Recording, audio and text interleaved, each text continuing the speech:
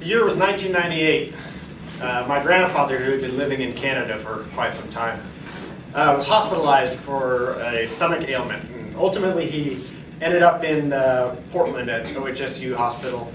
And upon his release, he moved in with my father, his son. And one day, he woke up from a nap on my parents' couch, disoriented and confused. And he didn't recognize his own son. And he panicked. He ran out of the house in his underwear into the street, screaming that he had been abducted. And so soon after this episode, he was diagnosed with Alzheimer's disease, my grandfather. So he would live another 2 years past that. According to Johns Hopkins University study, in 2006, 26.6 million people worldwide were afflicted with Alzheimer's disease. They also predict that by the year 2050, 1 out of every 85 people in the world will have Alzheimer's. Which is pretty amazing. So, from its debilitating effects on those afflicted to the heavy burden hoisted onto family members and caregivers, Alzheimer's disease is poised to be one of the most devastating diseases of our time. I've been fascinated with Alzheimer's disease since my experience with my grandfather. In fact, my father and I, we feel like we might be susceptible to this. So we followed the latest research for over the past 12 years. So if you don't mind, I'd like to share a little bit of this knowledge with you. First, I will discuss what is Alzheimer's disease. Second, a couple of the interesting studies that I've read about, and finally, some prevention and treatments. So what is Alzheimer's disease? Well, according to Alzheimer's Disease Education and Referral Center, it is an irreversible progressive brain disease, slowly destroys memory and thinking skills. Eventually, you lose the ability to even carry out simple tasks, your body shuts down, and you die. It's the most common form of dementia among older people. Its symptoms first appear after the age of 60. The causes and progression of the disease are not very well known, but it is divided into 4 stages. There's the pre-dementia, early stage or onset, that's where the disease is likely diagnosed. Moderate stage and advanced stage, where they become completely dependent upon caregivers and the body shuts down. So now that I've discussed some of the devastating diseases of the effects of this disease, I'd like to discuss a couple of interesting studies.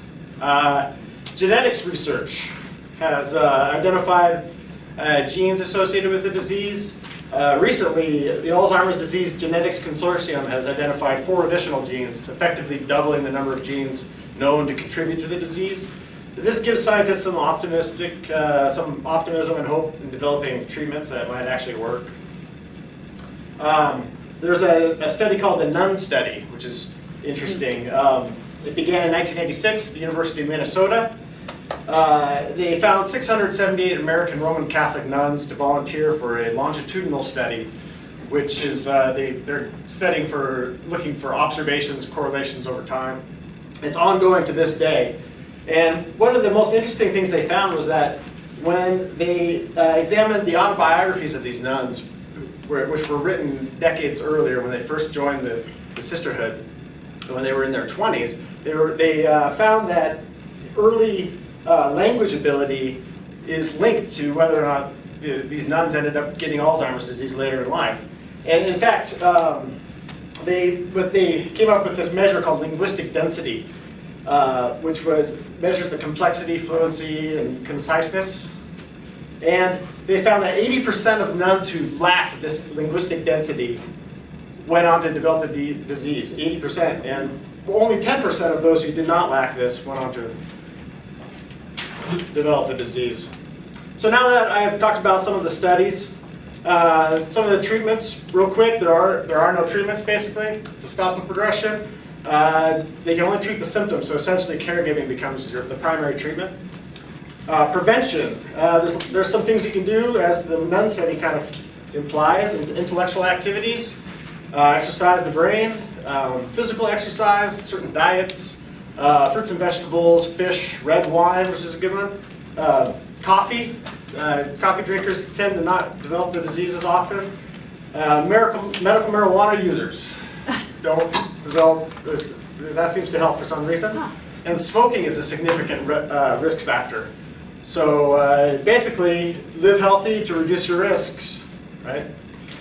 So today I've discussed what Alzheimer's disease is. Second, I discussed a couple interesting studies, particularly the NUN study. Finally, I discussed possible treatments and prevention.